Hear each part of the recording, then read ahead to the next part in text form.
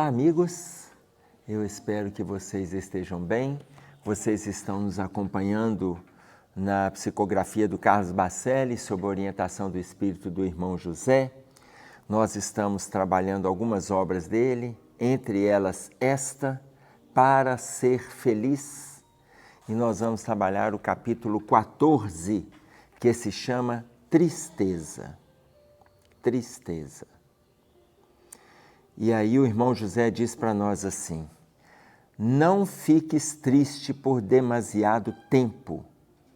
Ele não está dizendo que a gente não deve se entristecer. Não é isso. Não é isso, não. A gente pode, olha, nós somos humanos, somos da Terra, entendemos diversas situações que acontecem no planeta, sabemos que somos também contribuintes desses acontecimentos, somos envolvidos nesses acontecimentos. Então, a gente pode se entristecer, da mesma forma que a gente se alegra, ok? Então ele disse, não fiques triste por demasiado tempo. Ele está falando, por quanto tempo a gente vai se entristecer. Você se entristece com uma notícia ruim, você se entristece com uma preocupação por um familiar, você se entristece com um acidente que ocorre, uma coisa que a gente é surpreendido, a gente se entristece. Agora ele diz mais, tristeza que dura mais de um dia pode se tornar crônica. Tristeza que dura mais de um dia pode se tornar crônica. Você se entristecer quando chega uma notícia, você se entristecer por um determinado momento, por um turno do dia, mas levar para o segundo dia, para o terceiro, para o quarto. Essa tristeza pode se tornar crônica. E ele diz mais, pode virar obsessão. Pode virar obsessão. Vocês nos acompanharam no vídeo anterior falando de imaginação doentia e nós falamos sobre essa questão da obsessão. Vocês nos acompanharam e viram. Quem não acompanhou, dá uma olhadinha lá no vídeo. Então, pode virar obsessão. Ora, se obsessão, que vem do latim obsessione, que significa perseguição, pode ser perseguição de desencarnado sobre encarnado, pode ser perseguição de encarnado sobre desencarnado, pode ser de encarnado para encarnado, e eu estou dizendo apenas de obsessão, falando de pessoas, seja no âmbito físico ou no âmbito espiritual. Mas pode ser obsessão relacionado a coisas, a objetos. Mas aqui ele está falando de uma outra obsessão, relacionada a desvalores do campo moral. Tristeza que perdura, tristeza que não é interrompida, tristeza que vai cronificando, ela vai patologizando o nosso estado. Ela vai patologizando. Aliás, a Joana de Ângeles coloca para nós assim, essa tristeza que te domina, amargurando as tuas horas, é grave enfermidade que precisa ser retirada a partir de agora. Olha bem, essa tristeza que te domina, amargurando as tuas horas, é grave enfermidade que precisa ser retirada a partir de agora. Se a Joana de Ângeles coloca para nós dessa forma, ele já está falando dessa tristeza que ganha o segundo dia. Ela fala amargurando as tuas horas. Você avalia se ela está amargurando as tuas horas nos dias de hoje ou no dia de hoje? Se ela está amargurando as tuas horas há vários dias. E se você não a interrompe, ela está amargurando as tuas horas hoje e vai amargurar as tuas horas nos dias que virão. Tanto que ela diz para nós, é grave a enfermidade, que tem que ser interrompida agora. A gente está na Terra, tem que ser interrompida agora. Não espera, não. Não espera, não. Não adia, não. E aí ele diz assim, não sintas piedade de ti. Não sintas piedade de ti. Para de ter dó de si mesmo. Para de achar que o seu sofrimento é o mais grave da terra. Para de achar que você sofre mais do que as outras pessoas. É claro que quando a gente patologiza esse estado, a gente está abrindo portas para quadro depressivo. Não por uma tristeza, não é por isso não. A Organização Mundial de Saúde, ela cita sintomas, 11 sintomas. Se a pessoa se enquadrar nos sintomas que ela cita por aproximadamente 3 meses, talvez um pouco menos, ela vai ser diagnosticada com quadro de depressão. Mas não é a tristeza de um dia, 2, 3, 5 que vai te colocar no quadro depressivo, não. Muitas vezes ela já te patologiza em quadros doentios que não seja depressão, que acontecem em 10 dias por causa de uma tristeza. E você nem entrou no estado depressivo. Ah, mas repentinamente a pessoa pode entrar numa depressão já? Não. Para nós caracterizarmos essa criatura num quadro depressivo, ele tem um histórico. E aí, se nós formos avaliar os sintomas, para aqueles sintomas aparecerem, tem que acontecer uma disfunção interna desencadeada pelo sistema nervoso central. E esse desequilíbrio de neurotransmissores, onde as células neuronais estão se comunicando, o desequilíbrio dos neurotransmissores, que acontece por 2 semanas, 3 semanas, 1 mês, 2, 3, vai desenhar o quadro depressivo. Então não tem como, assim, de hoje para amanhã entra em depressão. Não tem jeito, gente. Se é um quadro desencadeado por uma disfunção do sistema nervoso central, não acontece de uma hora para outra. Nós estamos falando de uma construção. Essa tristeza, ela poderá alicerçar um quadro depressivo. Ela poderá desencadear. Por quê? Porque os vários sintomas, a apatia, anedonia, que é a falta de prazer, ansiedade, dor de cabeça, dor no corpo, distúrbio alimentar, distúrbio psicomotor, distúrbio de linguagem, distúrbio do sono, esgotamento físico e pensar na morte como alternativa final, são os sintomas que a Organização Mundial de Saúde propõe. Então, a tristeza pode ser um pontapé inicial? Pode, a longo prazo. E o que ele está dizendo para nós aqui? Não vire o dia com a tristeza. Não vire o dia. Ele coloca tristeza que dura mais de um dia, pode se tornar crônica. Se ela se tornar crônica, sim, pode ser uma referência basilar para um quadro depressivo lá na frente, porque aí vão aparecendo os outros sintomas, vai aparecendo o distúrbio do sistema nervoso central, daí a pouco ele diz também, pode virar obsessão. Mas o que ele diz? Não tenha pena de ti. Não sintas piedade de ti. Não sintas. A gente precisa parar com isso.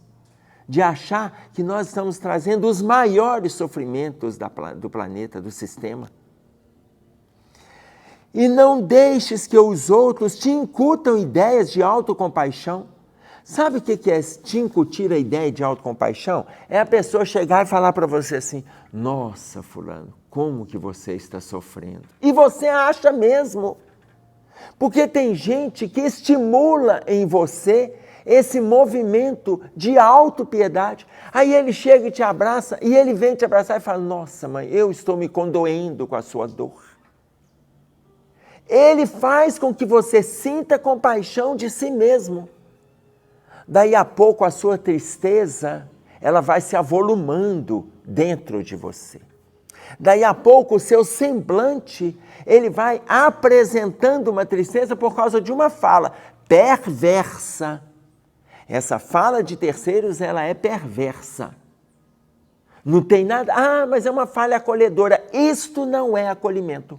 Isso é doentio, isso é patológico. Inúmeras vezes são pessoas que estão tentando te diminuir. Se reconhece o tamanho do seu esforço, mais do que isso, se reconhece o tamanho da sua dor, que seja realmente ele um acolhedor. Acolhedor para te ajudar, para te envolver, para te estimular na caminhada, mas não aquele que vai te jogar para baixo. Por quê? Porque essas palavras, do jeito que nós somos vulneráveis, do jeito que nós somos inseguros, do jeito que a gente é instável e na maioria das vezes, aliás, na maioria esmagadora das vezes, associada a esses 3 desvalores, desequilibrando-nos, na maioria das vezes a gente se desequilibra. Quando chega uma informação dessa, a gente começa a achar que realmente a gente é um dos maiores devedores do planeta. Nós somos muito devedor diante da providência divina. Nós somos. Isso não é nenhuma invenção de moda, não, gente. Isso está no Evangelho segundo o Espiritismo. Capítulo 5, Bem-aventurados aflitos. No item 12, deixa eu ver se é no item 12 aqui, até para não já aparecer errado, porque eu sei que o Cássio vai corrigir, chama-se motivos de resignação. Motivos de resignação. Isso mesmo, no item 12 do capítulo 5 do Evangelho segundo o Espiritismo, motivos de resignação. Ele coloca que, olha, o que nós estamos sofrendo hoje representa 1% do débito que nós temos para com a providência divina. Está aqui no livro. Então não faz sentido alimentarmos a tristeza. Aí vem alguém com pena da gente. Olha, essa colocação é perversa. E nós também precisamos aprender a não sermos perversos para com o outro. Ele pode não estar bem, eu não estou dizendo que o outro não esteja, não. Ele pode não estar. Mas o que a gente tem para oferecer? Quando a gente também, a pessoa começa a falar da dor, aí a gente assume aquele movimento de tristeza, assume aquela expressão de mal-estar. Daí a pouco a gente está sofrendo mais do que ele que carrega a dor. Isso é ajudar alguém por um acaso? Eu estou falando de acolhimento. Então, o irmão José diz assim: ninguém está sobre a terra para se lastimar. Ninguém está sobre a terra para se lastimar. A gente não precisa de se envolver com essas situações pessimistas, não. Ninguém está aqui na terra para isso. A gente tem que trabalhar, tem que lutar, tem que melhorar para crescermos. O processo evolutivo é esse. Sai daquela posição. Lembra da ovelha Hart? Lembra da ovelha? Que estava lá com o grande amigo dele, o grande amigo dela, aquele leão, que é só no desenho animado. Se vocês não lembrarem do desenho, vocês vão lembrar do refrão. Ô Cássio, como é que é o nome do... Da hiena, eu falei a ovelha Hart, é a hiena Hart. A hiena Hart. Tá vendo como é que é bom a gente ser assessorado? Então, imaginem vocês lembram da hiena Hart? O grande rival da hiena Hart, na vida real, o grande rival da hiena, não da Hart, o grande rival da hiena é o leão. Os dois lá são amigos. Vocês vão lembrar, quem não lembra do desenho que eu estou fazendo referência, vai lembrar pelo menos dos dizeres: ó vida, ó céus, ó azar. Enquanto ela é absolutamente pessimista, o leão é otimista. Ele é severo no otimismo. Ele tem direção, ele tem uma caminhada, ele tem um projeto, ele está sempre envolvido em lutar. Se não dá certo e aquilo que a ovelha falou tinha razão de ser, ele não fica lastimando. E aí por isso eu me lembrei. Porque olha... azar, vida, nunca mais veremos terra, Lipe. Ora, vamos, Hardy, pare de lamentar-se. Ei, veja, lá está uma ilha. Ela deve estar cheia de canibais. Vida, azar.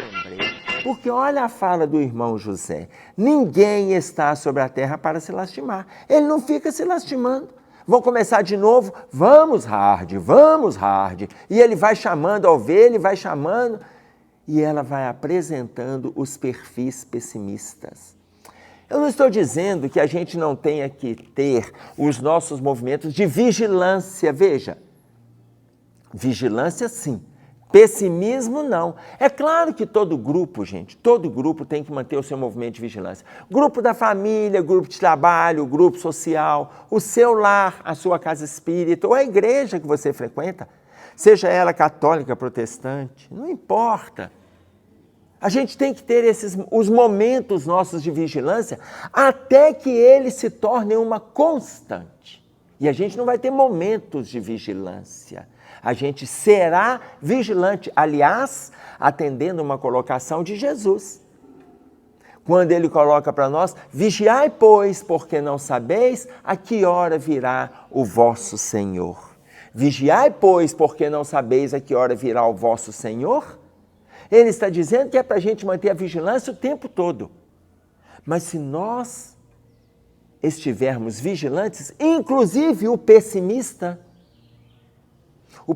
ele é mais invigilante ainda, porque além dele trazer a invigilância para si, ele contamina o grupo. Então é importante que nos nossos grupos a gente tenha um pessimista.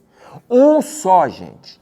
Você ter um pessimista na família, um pessimista no grupo espírita, um pessimista na igreja católica, na protestante, um pessimista no seu trabalho, um só. Mais do que um a gente não suporta. Mas por que é importante ter um pessimista? O pessimista te dá a direção do errado. Tudo que você apresenta, ele fala assim, não vai dar certo não. Sabe por quê? Na hora que ele fala, sabe por quê? Ele vai vir com um ponto negativo. Você assenta e avalia aquele ponto que ele colocou. Não que você tenha que supervalorizar aquele ponto. Mas, de repente, aquilo que ele colocou no pessimismo dele, o seu otimismo não deu conta de perceber. Mas isso não significa nenhuma relação com a lástima. Tanto que ele está colocando que a gente não está na terra para se lastimar. A gente não está na terra para isso. Ora, se a gente não está na terra para isso, é claro que eu quero trazer também uma observação da Joana de Ângeles. Revoluciona-te. Revoluciona-te. Se ela fala para a gente se revolucionar, é para a gente sair desse estado íntimo de tristeza. Sair desse estado íntimo de dor, sair desse estado íntimo de pessimismo, de lastimação.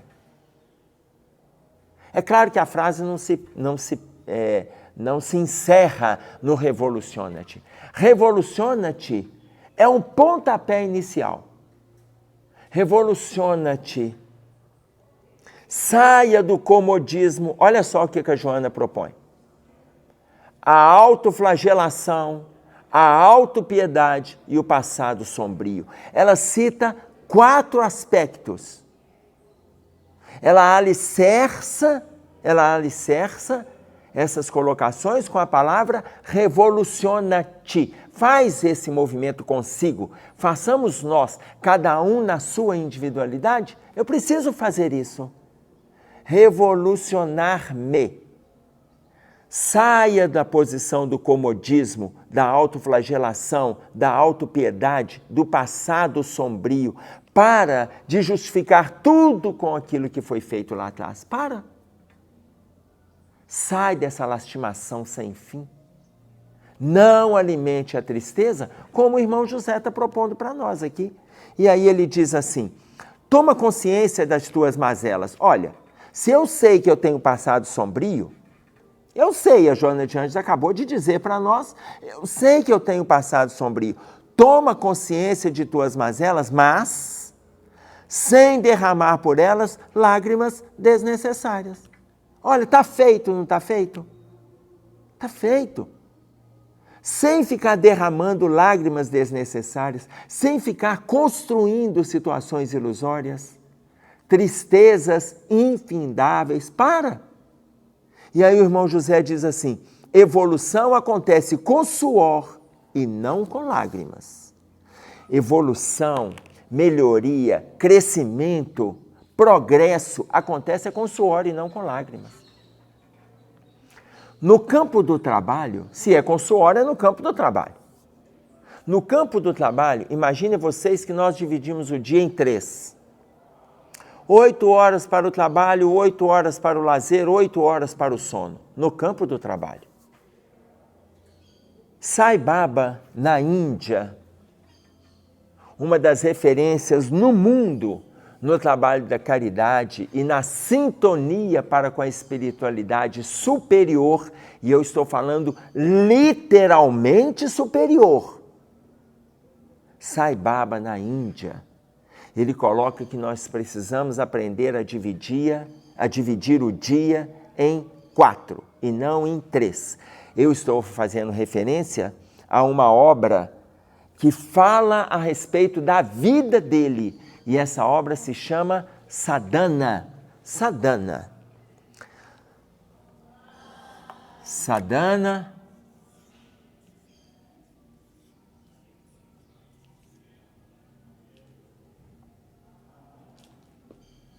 Sadhana. Uma busca interior. Sadhana significa, na Índia, em sânscrito, sadhana significa disciplina. Sai Baba, na Índia, ele coloca que nós temos que aprender a disciplinar o nosso dia. Enquanto a gente pensa em dividir o dia em 3, 8 horas para o trabalho, 8 horas para o lazer, 8 horas para o sono, ele propõe que a gente aprenda a dividir o dia em 4. 8 horas para o trabalho, 6 horas para o trabalho, 6 horas para o lazer, 6 horas para o sono e 6 horas para a caridade. Se nós fizermos isso todos os dias, chegamos no ponto determinante do equilíbrio. Quando o irmão José coloca para nós que evolução acontece com suor e não com lágrimas, ora, se é com suor, ele não está dizendo que é para a gente viver ininterruptamente preso a uma causa. Não é processo obsessivo, não, gente. Ele está dizendo que nós temos que abraçar a disciplina. O problema é que vocês estão questionando agora assim, mas 6 horas para o trabalho? Mas 6 horas de sono? Não dou conta. A gente já começa a questionar, mas ninguém fala, e 6 horas para a caridade? A gente vai deixando isso para trás. 6 horas para a caridade. É a gente dar conta de passar essa reencarnação envolvido com o trabalho de doação. E não apenas com as conquistas materiais, envolvido. E a gente não pensa nessa disciplina. A gente pensa nessa disciplina no pagamento de contas, a gente pensa nessa disciplina no trabalho que a gente tem que responder relativo à empresa, a gente pensa nessa disciplina na alimentação dentro de casa, mas a gente ainda não se envolveu com a disciplina relacionada ao trabalho de caridade. E aí ele diz mais para nós, veja bem, não adianta pedir a Deus força se não pedes a Ele trabalho que te torne mais forte. Ora, não adianta pedir a Deus força se você não se envolve com o trabalho. Não adianta. Porque tem muita gente que se envolve em pedir força, mas não se envolve em trabalhar com a força que tem e continua pedindo força. Não adianta pedir a Deus se não se envolve com a força que tem. Então nós precisamos fazer esse movimento? Precisamos. Antes de pedir a Deus força, deixa eu aproveitar a força que eu já tenho. Eu tenho material para oferecer, eu tenho estrutura para trabalhar, eu tenho saúde mental que me coloca na relação com o outro, numa relação de equilíbrio. Eu tenho estrutura física que me coloca numa relação de acolhimento para ajudar o outro, inclusive fisicamente. Mas a gente fica pedindo força para Deus. Olha o que o irmão José está colocando. A gente pede força para Deus, mas não se dispõe a trabalhar nem com a força que já tem. Vai pedir força para quê? Se a gente vai alimentar a preguiça, o desânimo, a apatia, tanto que alimentar a tristeza, que é o que ele está falando aqui no capítulo. Então, se nós precisamos nos envolver com sadhana, se a gente precisa se envolver com